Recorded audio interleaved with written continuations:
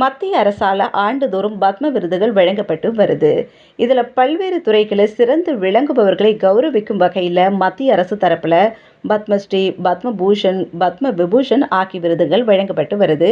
ஆண்டுதோறும் மருத்துவம், இலக்கியம், கல்வி, விளையாட்டு, சமூக பணி உள்ளிட்ட பல்வேறு துறைகளில் சிறப்பாக பணியாற்றியவர்களின் பெயர்கள் விருதுக்காக பரிந்துரைக்கப்படுறது வழக்கம். இப்போ பார்த்தீங்கன்னா ஏப்ரல் மாதத்தில் 22ஆம் தேதி நடந்த முதல் கட்ட விருது வழங்கும் விழாவில் முன்னாள் துணை குடியரசுத் தலைவர் வெங்கையா நாயுடு, டென்னிஸ் வீரர் ரோகன் போப்பண்ணா, பாடகி உஷா புத்துப்பு உள்ளிட்டோருக்கு குடியரசுத் தலைவர் பத்ம விருதுகளை வழங்கி கௌரவிச்சாங்க. அதனை தொடர்ந்து பார்த்தீங்கன்னா இப்போ 2ஆம் கட்ட விருது வழங்கும் விழா நடைபெற்றது. இதில் பார்த்தீங்கன்னா நடிகர் விஜயகாந்துக்கு பத்மபூஷன் விருது வழங்கப்பட்டது. அவர் சார்பாக அவருடைய மனைவி பிரேமலதா விஜயகாந்த் இந்த விருதை வாங்கிட்டாங்க. விருது வாங்க போகும்போது பிரேமலதா விஜயகாந்த் அந்த விருதை வாங்கிட்டு விண்ணை நோக்கி அந்த விருதை விஜயகாந்த் அவர்களுக்கு சமர்ப்பணம் செஞ்சாங்க. இது காண்போரை நெகிழ்ச்சி அடைய செஞ்சுது.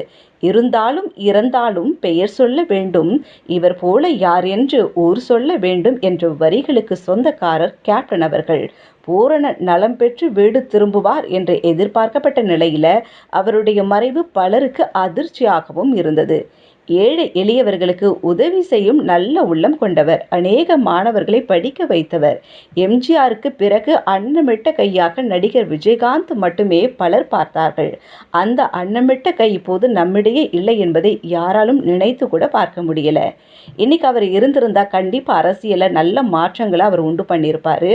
அவர் இல்லாத இந்த நேரத்தில் பத்மபூஷன் விருதை அவருடைய மனைவி பிரேமலதா விஜயகாந்த் பெற்றுக்கொண்டாங்க.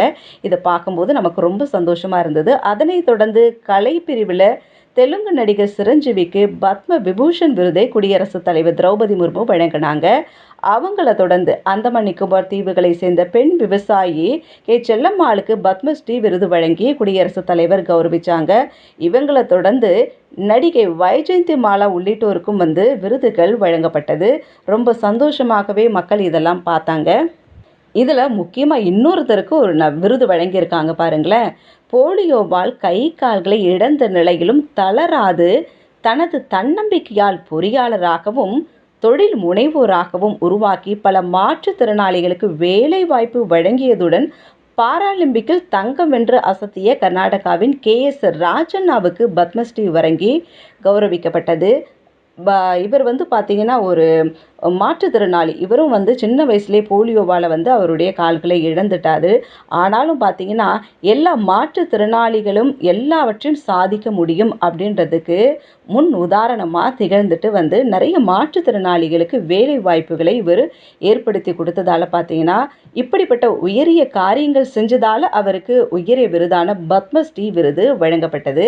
விழா மேடைக்கு அவர் போகும்போது பாரத பிரதமர் நரேந்திர மோடி அவர்களிடம் ஆசி பெற்று கை குலுக்கி அதனைத் தொடர்ந்து குடியரசுத் தலைவரிடம் விருதுகளை வாங்கிய பிறகு கம்பீர நடை போட்டு அங்கிருந்து நடந்து வந்ததை பார்க்கும்போது அநேகருக்கு மெய்சிலிர்க்க வைத்தது அப்படின்னே சொல்லலாம். ஸோ அவருக்கும் நம்மளுடைய வாழ்த்துக்களை தெரிவிச்சுக்கலாம்.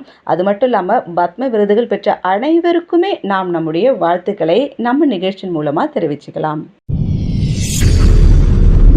வல்லவன் உங்களில் ஒருவன்